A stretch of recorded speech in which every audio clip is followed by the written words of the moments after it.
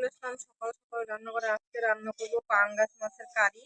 কিভাবে করে দেখতে থাকো। তার জন্য এখানে আমি নিয়ে নিচ্ছি পাঙ্গাস মাছটা। আমি রাত্রে আনা ভেজে রাখছি, আর ভাজার দরকার নাই। এই কারিটা, পাঙ্গাস মাছের কারিটা কিন্তু বাসি মাছটা দিয়ে করলেই ভালো লাগে খেতে বেশি।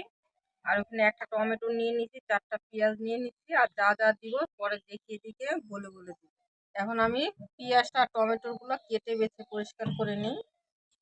টমেটোটা কেটে নিলাম। উনুনটা জ্বালিয়ে দিচ্ছি, কড়াইটাও বসিয়ে দিচ্ছি। কড়াইটা একটু গরম হোক। কড়াইটা গরম হয়েছে, তরকারিটা বসাবো, ওর জন্য দিয়ে দিলাম সরষের তেল। দিলাম প্রথমে পেঁয়াজ কুচি,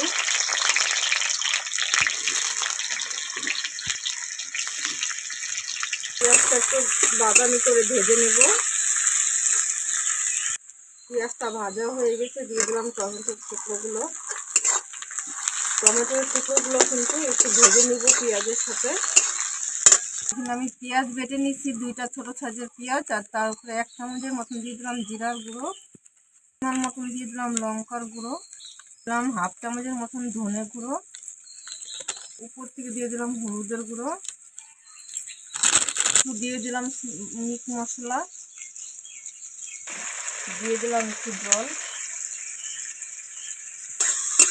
ওদিকে কিন্তু আমার টমেটোটা আর পেঁয়াজটাও ভাজা হয়ে গেছে। ধোয়ার জন্য দিয়ে দিলাম মশলাটা, স্বাদ মতন লবণ,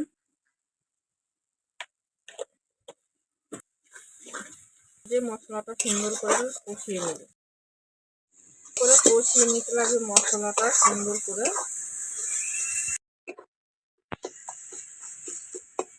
মশলাটা কিন্তু আমার কষিয়ে নেওয়া হয়ে গেছে। এখন একটু জল দিয়ে দিব। দিয়ে দিলাম জল।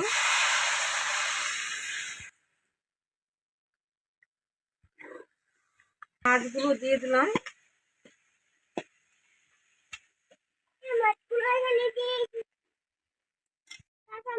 এখন হালকা আগে ফুটিয়ে নেব। দিলাম কয়েকটা বিলাতি ধনিয়া পাতা উপর থেকে, গন্ধটা খুব সুন্দর লাগবে।